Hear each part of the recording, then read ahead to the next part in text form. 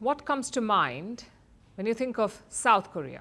K-pop, Korean skincare, cutting-edge technology. South Korea has a sleek, modern image, a place that thrives on innovation, a cultural powerhouse shaping global trends. But there's another side to this country, one that barely makes the headlines. Now it is out in the open, and it's a massive adoption scandal. You see, South Korea is one of the biggest exporters of children to the world. You heard that right? It is the world's biggest baby exporter.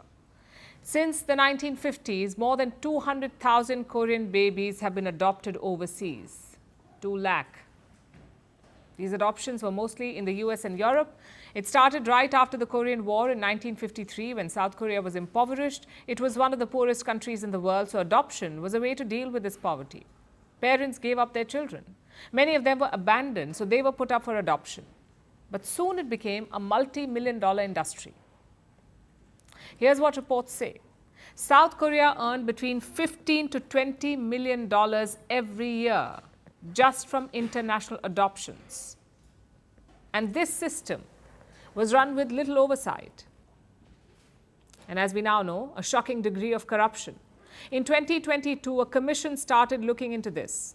3 years later, their findings are out, and it is shocking to say the least. Records were falsified, babies were taken without consent, and the entire system was more about profits than protection. Here's how it worked. Private adoption agencies ran the show. There was no government interference or oversight. These agencies relied on money from adoptive parents abroad. They would charge anywhere between $3,000 to $4,000 per child. Plus, there was airfare. Also, a $1,450 adoption fee. So the more babies they placed, the more cash they made. And that pressure to keep up supply led to some seriously shady practices like fake birth records, coercing mothers to give up their children, and kids taken without consent. In the last decades, the adoptees, that's the children who were adopted, have filed hundreds of petitions. They suspected that something was amiss with their adoption story. So this investigation looked into 100 such cases, and 56 of them were confirmed victims. These were children whose families were torn apart by the scandal. Some even had their identities swapped.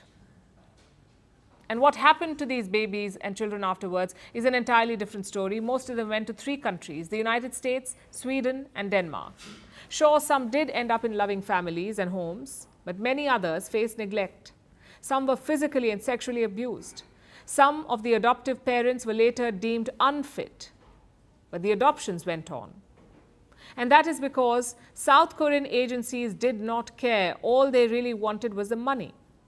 This went on for decades. In recent years, Seoul has tightened adoption laws. It has cut down on inter-country adoptions. But that does not erase the damage done. The Commission wants the government to apologize. So far, there's radio silence. The question is, can South Korea own up to its past while maintaining the polished, high-tech, trend-setting image? Because right now, the disconnect is glaring.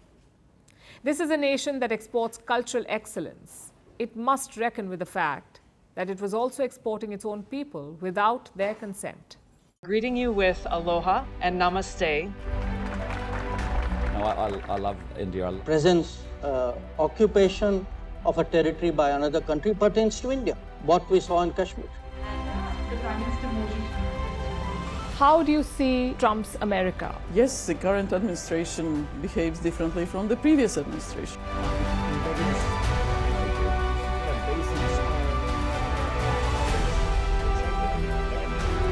Are you saying that there are foreign powers who are trying to bring down the current government in Syria? Exactly. Iran, maybe Russia too. Prime Minister Modi committed to South-South, cooperation. Not over 50%. Is Ukraine prepared to pay the price for that peace? No compromises at the cost of territorial integrity and sovereignty.